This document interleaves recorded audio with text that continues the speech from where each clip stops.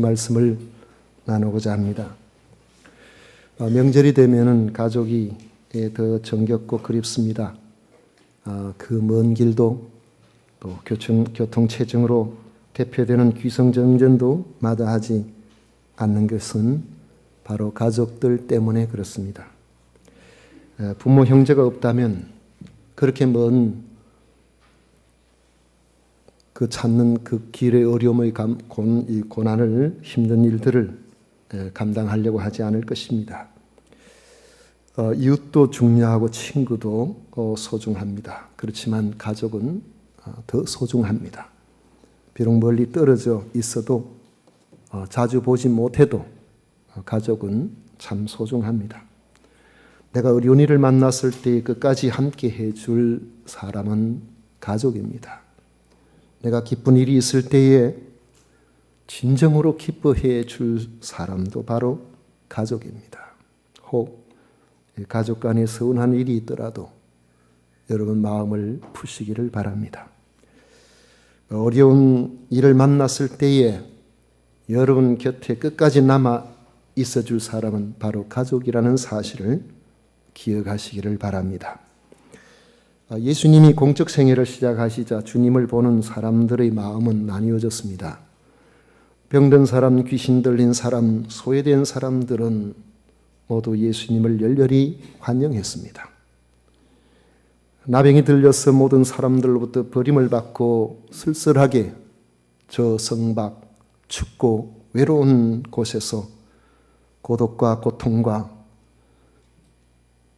죽음의 공포로 죽어가던 그러한 사람들이 예수님을 만나서 깨끗하게 회복되고 가족의 품으로 돌아갔을 때에 그들의 기쁨이 얼마나 대단했겠습니까?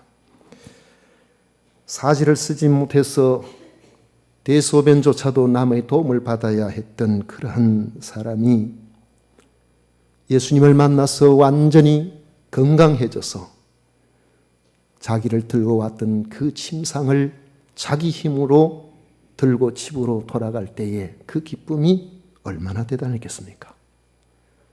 한쪽 손을 쓰지 못해서 직업도 잃어버리고 남의 도움을 받아 살아가야 했던 그러한 사람이 그 손이 온전하여져서 외경에 의하면 이 사람의 손이 이 사람의 직업이 목수였다고 하는데 자기의 원래의 직업을 회복하여서 열심히 일할 때에 그 손을 고쳐주신 예수님에 대한 감사가 어떻게 했습니까?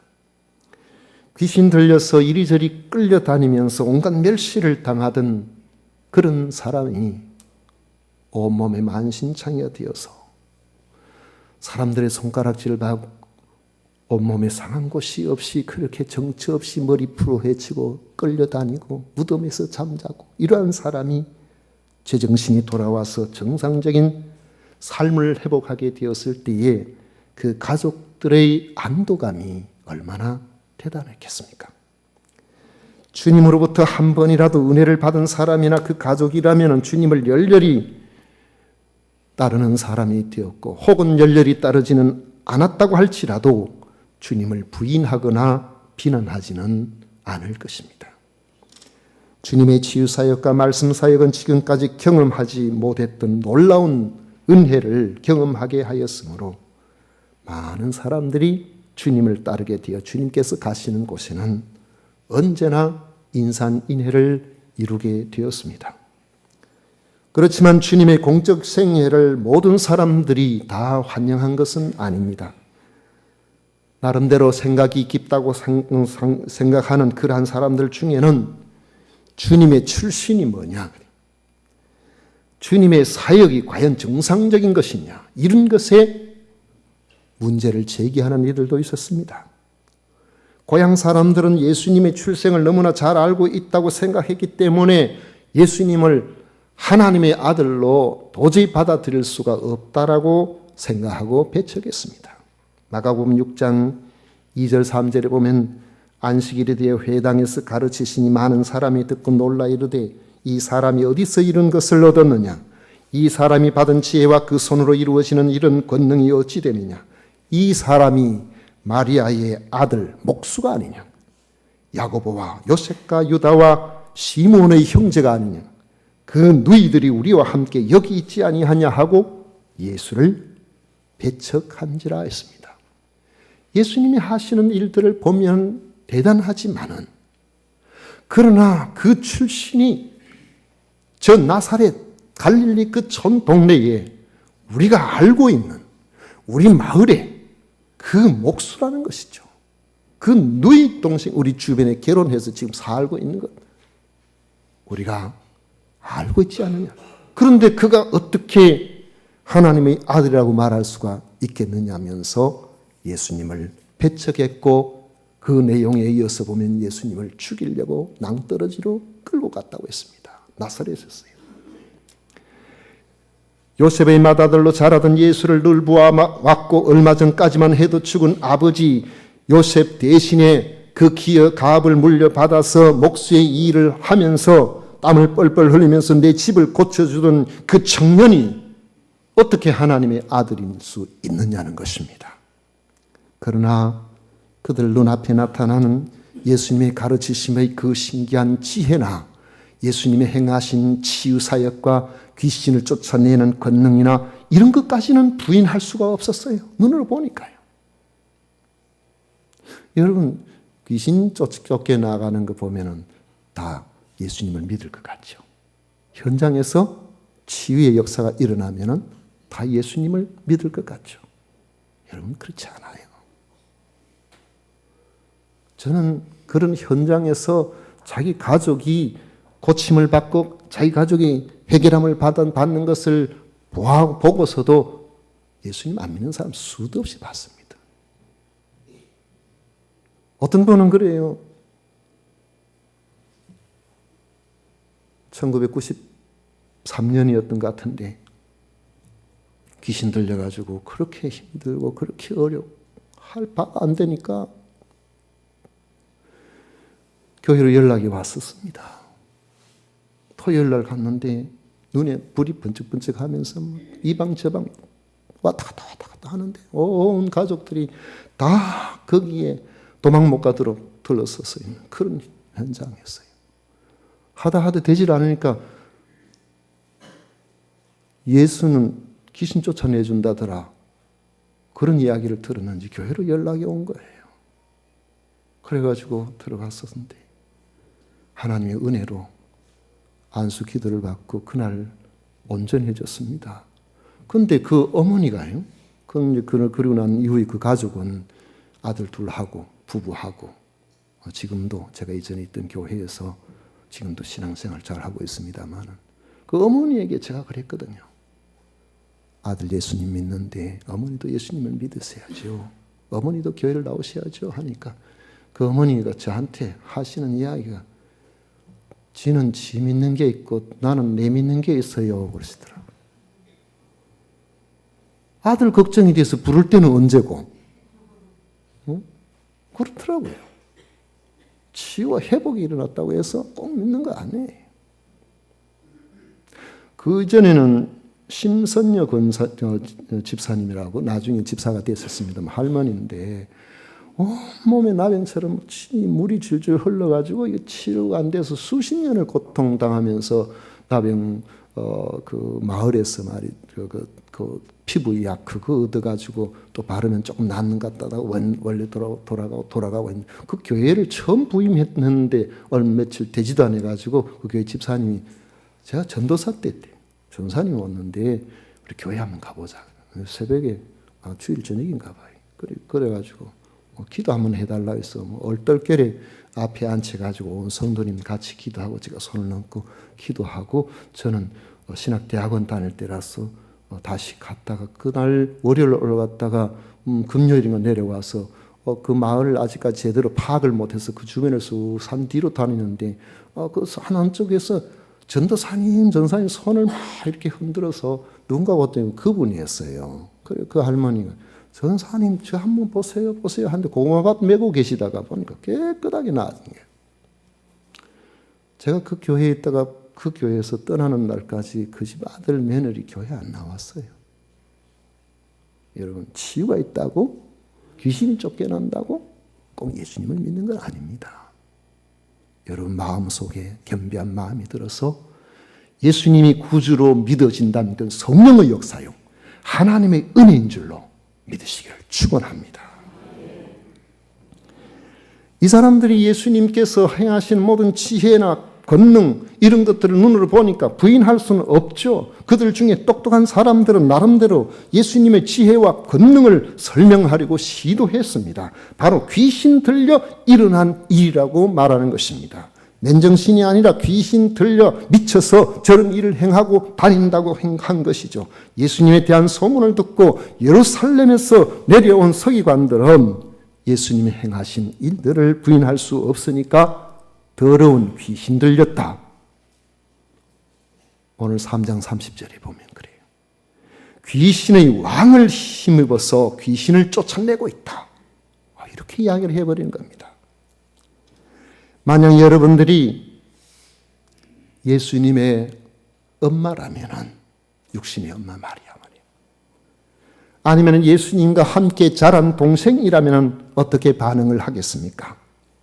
조용히 목수일을 하면서 집안을 책임지던 아들이 어느 날 갑자기 할 일이 있다면서 바깥으로 나가서 이상한 일을 하며 사람들을 몰고 다닌다고 할 때에 마냥 좋아서 그냥 아이고 우리 아들 잘하네, 앞으로 큰 인물 되겠네, 이렇게만 생각하고 있겠습니까? 더욱이 주변의 사람들이 예수가 귀신 들려서 미쳐서 그런다고 그렇게 소문들이 귀에 들어온다면은 마음 편하게 두고 볼 수만 있겠습니까? 내 가족이 귀신 들려 미쳐서 온 갈릴리를 휘젓고 다닌다는 소문을 들으면은 밤에 잠이 오지 않을 정도로 걱정스럽지 않을 수가 없습니다. 그래서 큰일이 일어나기 전에 붙들어서 제정신을 감금을 해서라도 제정신을 차리게 해야 할 것이라고 이런 생각을 했을 겁니다. 3장 21절에 보면 예수의 친족들이 듣고 그를 붙들러 나오니 이는 그가 미쳤다 함일러라. 오늘 말씀 31절에 보면 그때 예수의 어머니와 동생들이 와서 밖에 서서 사람을 보내어 예수를 부르니 했습니다. 예수님이 미쳤거나 말거나 내 병만 고쳐준다면은 그 무슨 상관이? 이게 보통 오늘 이 시대에 점쟁이 찾아다니고 무당 찾아다니는 사람들의 특징이에요. 내 문제만 해결해 준다면은 용하다는 데 다 찾아. 그런데 해결 안 되면은 거기서 나옵니다. 만약에 해결된다면 그것으로 끝나면 괜찮지만 앞으로 이렇게 안 하면 당신 또 망하니까 이렇게 해라 이렇게 해가지고 계속 거기에 얽매여서 계속 거기에 따라다니도록 그렇게 만들잖아요. 만약에 그렇지 않고 그냥 한번 해결된 것으로 자유함을 얻게 된다고 한다면은 더 이상 그 점쟁이 그 무당 안 찾아갈 거예요. 뭐 한두 번 더 고맙다고 갈는지 모르지만 그 다음부터는 아마 자기 일 한다고 그럴지도 모릅니다. 예수님이 어떤 분이든지 소문이 어떠하든지 내 문제가 해결됐다면은 더 이상, 그리고 예수님을 안 찾아도 괜찮다면은 자기 길로 가버릴 수가 있을 것입니다. 나병으로 고통당하던 사람들이 예수님을 알아보고 예수 선생님이 우리를 불쌍히 여겨주소서 그렇게 할 때에 예수님께서 가서 제사장에게 너희 몸을 보이라. 그들이 달려갔습니다. 가다 보니까 다 고침을 받았어요. 그 중에 단 한 사람만이 돌아와서 예수님께 감사를 드리고 나머지 9은 어디 있느냐 예수님께서 물으신 적이 있습니다. 예수님이 하시는 일 모든 것이 너무나 신기하여 부인을 못하지만은 이런 일들은 사람이 할 수 있는 일이 아니기 때문에 저 귀신 들려서 그런 거야. 좀 미쳐서 저런 거라고. 그렇게 소문을 내는 사람들도 있습니다. 왜요? 내 가족이 아니니까.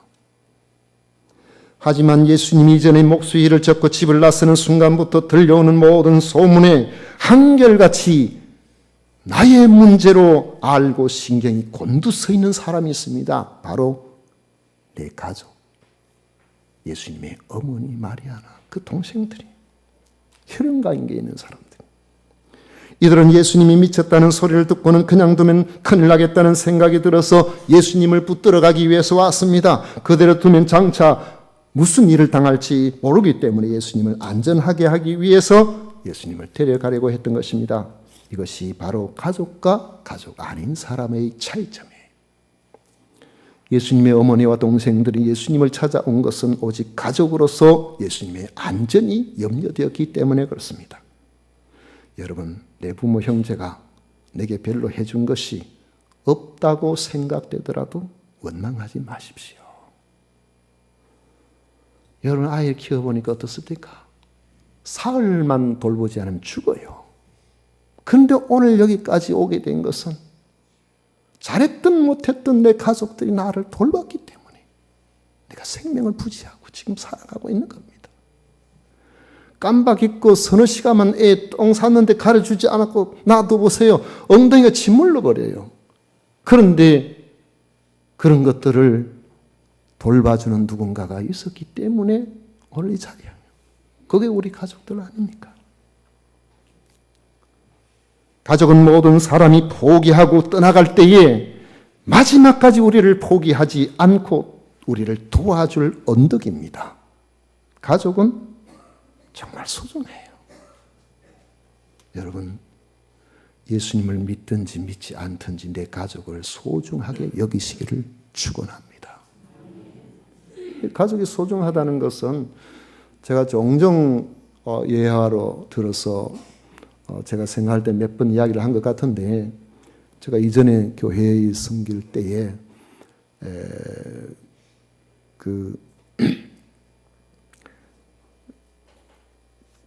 뭐라고 정신지체라고 하나요? 그런 분인데 결혼을 해가지고 며칠 되지도 않아서 그 시댁에서 쫓겨나 버렸어요. 남편한테 구박받아가지고. 그래가지고 쫓겨나서 친정 와가지고, 저 대곡인데 친정 와서 시골 동네에 혼자 쓸쓸히 친정에서 살다가 부모 다 돌아가시고 형제 다 죽고 70 넘어가지고 혼자 살고 계시는데 돈을 잘 몰라요. 음식을 어떻게 해서 어떻게 해야 되는지 그걸 잘 몰라요. 누군가가 도와줘야 되는데 도와줄 사람 이웃들이 있어도 한계가 있잖아요. 여름날 음식 해가지고 한 번에 많이 막 개죽같이 이렇게 끓여가지고 사흘날 되니까 막 냄새가 나는데 그걸 잡수는 거예요. 나라에서 돈이 나오면은 그 돈 가지고 한 달에 한 번씩 나오는데 그걸 가지고 뭐 다 써버리는 거예요. 그러니까 처음에는 뭐 며칠 동안 뭐 황제처럼 잡숫다가 한 사나흘 지나면은 뭐 없어가지고 그렇게 하시는 거예요. 그래가 안 되겠다 싶어가지고 농협에 가서 제가 통장 관리를 통장을 좀 보여달라고, 통장이 들어왔다 나갔다 들어왔다 나갔다 계속 그래서 앞으로는 이렇게 하지 말고 통장 관리를 내가 할 테니까 들어오는 것을 한 달에 한 번에 다 드리지 말고 일주일에 한 번씩 끊어서 얼마씩 매주마다 얼마씩 드리라고. 그래서 제가 이야기를 했더니 농협에서 그래 매주마다 이제 얼마씩 드리니까 이 몸의 신체도 관리가 된 거죠. 그래 한 10년을 관심을 가지고 그렇게 돌보고 있었는데 어느 날 교통사고가 났어요. 오토바이가 가다 치는데 대퇴 쪽 여기 뭐 뼈가 바싹 부서져 가지고 그대로 두면 뭐 어떻게 할 수가 없어. 병원에 갔습니다. 치료를 받았습니다. 그런데 그 과정에서 보니까 가족이 필요하더라고요. 가족을 찾는 겁니다. 법이 돌보는 다른 사람이 아니라 가족이 필요하다고 하는데, 그래서 수소문 해보니까 저 마산 쪽에 친정 조카가 있다는 이야기를 듣고 연락을 했더니만은 그 조카가 왔는데, 조카가 오니까 일사천리로 일들이 진행이 됐었어요. 그래가지고 제가 할 수 있는 게 없었습니다. 통장하고 전부 도장하고 해서 그분한테 주고, 그분이 나중에 그 노후를 고모라고 잘 돌봐서 나중에 좀 많이 회복되기도 하고 그렇게 했었어요. 여러분, 가족 참 소중해요. 오늘 이 자리에 혹 마음이 서운한 것이 있더라면 여러분 가족과 관계에 원망을 푸시기를 바랍니다. 가족은 좋을 때는 몰라도 좋을 때는 누가 좋습니까? 친구가 좋아요. 좋을 때는 친구가 좋지. 근데 어릴 때는 친구들은 한두 번 그냥 와보는 것이 다지. 그때는 가족이 책임집니다. 가족을 함부로 하면 안 됩니다. 가족은 정말 소중한 존재예요. 예수님이 집에 들어가셨는데 또 예수님을 필요로 하는 무리들이 예수님께 모여들었습니다. 식사할 겨를도 없을 정도로 집 안에 더 이상 누군가가 들어올지 못할 정도로 애워싼 그런 상태가 되었어요. 그런데 예수님의 가족들이 찾아왔습니다. 사람들에게 둘러싸여 있는 예수님을 직접 만날 수가 없어서 밖에서 사람을 보내서 가족 부른다고 좀 전갈 좀 해달라고 했더니 그 집 안으로 그 안으로 사람 이렇게 연락이 되어서 들어갔습니다. 보소서 당신의 어머니와 동생들과 누이들이 밖에서 천만이다. 그런데 이 말을 들으신 예수님께서 마치 냉정한 분처럼 대답을 하십니다. 누가 내 어머니이며 동생들이냐? 그리고는 둘러 앉은 자들을 보시며 말씀하셨습니다. 내 어머니와 내 동생들을 보라. 누구든지 하나님의 뜻대로 행하는 자가 내 형제요 자매요 어머니이니라. 예수님께서 이렇게 말씀하신 것이 자기 가족을 부인하거나 가족을 무시하려는 뜻으로 그렇게 했겠습니까? 전혀 아닙니다. 예수님은 십자가에서 운명하실 때에 그 숨이 막히는 그 절박한 고통 속에서도 홀로 남은 자기 육신의 엄마 마리아의 노후가 걱정이 되어서 사도 요한에게 보라. 내 어머니 오늘부터 네 어머니다. 네가 좀 복양해라.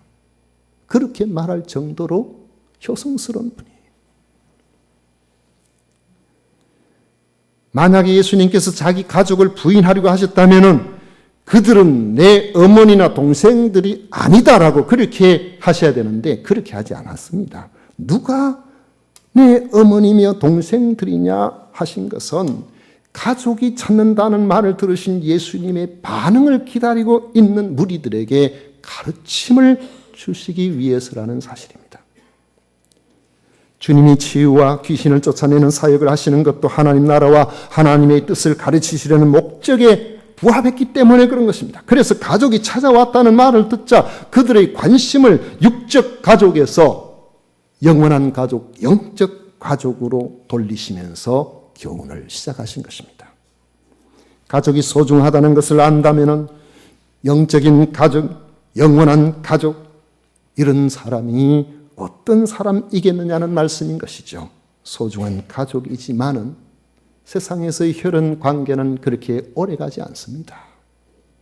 저는 어릴 때에 부모님이 돌아가신다는 생각을 한 번도 해보질 않았습니다. 다른 사람들은 다 부모님이 돌아가셔도 내 부모님이 돌아가실 거라고는 상상이 안 가요. 죽음은 남의 문제인 줄로는 알았습니다. 그러나 세월은 흘렀고 부모님은 돌아가셨어요. 엊그제 같은데 10여 년이 지났습니다. 명절이 되어도 찾아가서 인사를 드릴 부모님이 계시지 않는 것이 오늘 저의 현실입니다. 세상 가족은 그런 것입니다. 아무리 소중한 가족이라도 그 관계는 세상에서 오래가지 않습니다. 그것이 가족과 오늘 잘 지내야 될 이유이기도 하는 것입니다. 그렇지만 세상에서 잘 지내다가 나중에 헤어져서 그 헤어짐이 영원한 헤어짐이 된다면 얼마나 허탄한 일이 되겠습니까? 이런 허무할 수밖에 없는 인생을 향하여 주님께서는 오늘 이 말씀을 통해서 영원한 가족을 가르쳐 주시고 있는 것입니다. 주님은 둘러앉은 사람들을 보시며 말씀하셨습니다. 내 어머니와 내 동생들을 보라 그랬어요. 대부분의 영어 성경에는 이렇게 표현합니다. 여기에 내 어머니와 내 형제들이 있다. 여기에 내 어머니와 내 형제들이 있다. 어떤 사람들이 영원한 가족일까요? 누구든지 하나님의 뜻대로 행하는 사람입니다. 내 어머니와 내 동생들을 보라. 누구든지 하나님의 뜻대로 행하는 자가 내 형제요 자매요 어머니이니라. 하나님의 뜻대로 행한다는 것이 무슨 뜻이겠습니까? 영원한 가족은 영적인 가족이기 때문에 혈연이나 신분이나 가문이나 지식에 상관없이 오직 하나님의 뜻대로 행하는 사람들로 이루어진 가족이라는 것입니다. 하나님의 뜻은 그분의 아들, 이 땅에 성령으로 마리아를 통해서 나게 하셨던 바로 예수님을 메시아로 보내셔서 그분 앞에서 나의 피조물된 것, 나의 죄인됨을 인정하고 회개하고 하나님 우리를 사랑하시기 위해서 대속의 주님으로 예수님께서 십자가에 달려 돌아가시게 하시고 사흘 만에 우리에게 영원한 소망을 보여주시기 위해서 다시 부활하게 하신 그 복음을 믿게 하심으로 영원한 가족인 천국 백성이 되게 하시려는 것입니다. 그런데 유대인들은 하나님께 열심히 있다고 하면서도 이런 예수님을 귀신 들렸다고 해버렸어요. 어떤 사람은 은혜를 받았으면서도 예수님을 자기의 현실의 유익으로만 이용을 하고 나중에는 예수님을 떠나버립니다.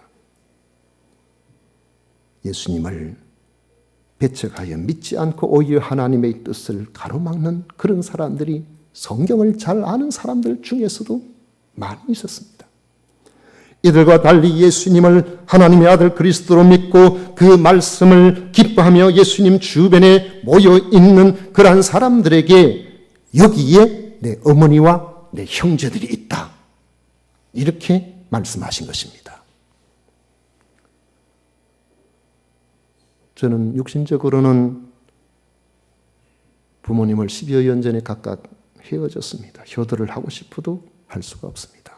그렇지만은 제 마음에는 지금도 늘 부모님을 생각하고 있습니다. 그래서인지 꿈에 부모님이 늘 자주 나타나세요.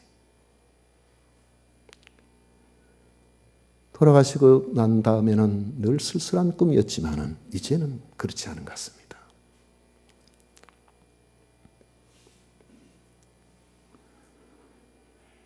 그래도 제가 위로가 되는 것은 제 육신의 부모님이 주님 안에서 영원한 가족으로 다시 만날 기약이 되어 있다는 거죠. 예수님을 믿고 돌아가셨다는 거죠. 그게 저한테 얼마나 위로가 되는지 몰라요. 오늘 여기 말씀을 듣는 여러분들도 하나님의 뜻인 예수 그리스도를 구주로 받아들였다는 점에서 저와 여러분들은 영원한 가족이 되었음을 믿습니다. 하나님의 자녀라는 이 놀라운 것은요, 이 땅에서 잠시 있다가 헤어지는 그런 관계가 아니라 영원한 관계예요. 제 마음에 간절히 바라는 것은 여러분들 육신의 가족들도 잠시 이 땅에 있다가 헤어질 가족이 아니라 영원한 가족들이 되시기를 바란다는 점입니다. 하나님의 뜻과 우리의 소망이 여기에 있습니다. 어느 장례식에 가도 슬퍼요. 힘들어요. 그러나 예수님을 잘 믿다가 구원을 받고 영생을 얻고 돌아가셨습니다 하면은 나중에 다시 만나겠구나. 그래서 그 슬픔을 이길 수가 있는, 이별을 이길 수가 있는 겁니다. 오늘 이 자리에 함께하고 있는 우리 모든 식구들은 이 땅에서의 혈연 가족으로서의 만족할 것이 아니라 영원한 가족으로서 이 소망을 가지고 살아가시기를 주의 이름으로 축원을 드립니다. 기도하겠습니다. 고마운